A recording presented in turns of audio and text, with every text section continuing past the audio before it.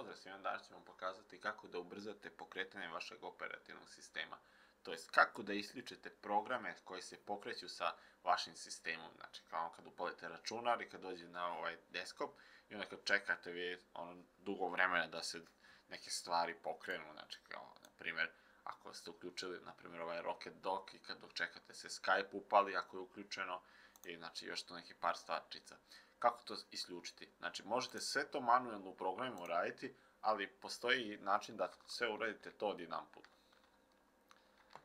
Znači, u search upišemo msconfig, znači c-o-n-f-i-g, msconfig.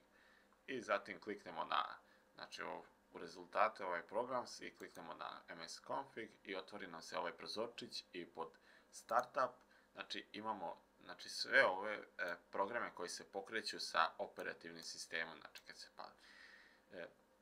Kao što vidite ovdje kod mene imam samo par stvarčica, znači pošto nemam puno programa, verovatno ako vi instalirate puno programa koji koriste, znači koji se pale sa vašim operativnim sistemom, znači možete ih ovdje isključiti i normalno i onda će vam brže operativni sistem da se pokrene.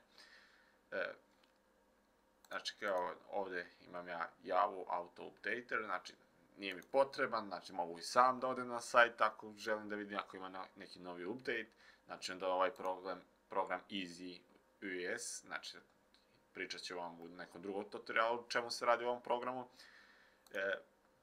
Naprimjer uTorrent, znači i on mi nije potrebno se pokreće, Steam aplikacija, znači ni ona mi baš nije potrebna, Skype, znači ni on nije mi potreban kao, znači on ostaje jedan Rocket Dock, ni Demon Tools mi nije toliko potreban, znači vi odlučite koje su stvari vama znači potrebne u ovom delu, znači vi vjerojatno imate različito i onda vi odlučite šta vama je potrebno i šta nije i znači zatim idemo na Apply i OK i restartujete vaš računar i to je to i uspješno ste znači poboljšali brzinu vašeg paljenja sistema i znači manje ćete čekati da se sve to pokrene. I to je to. Ćao.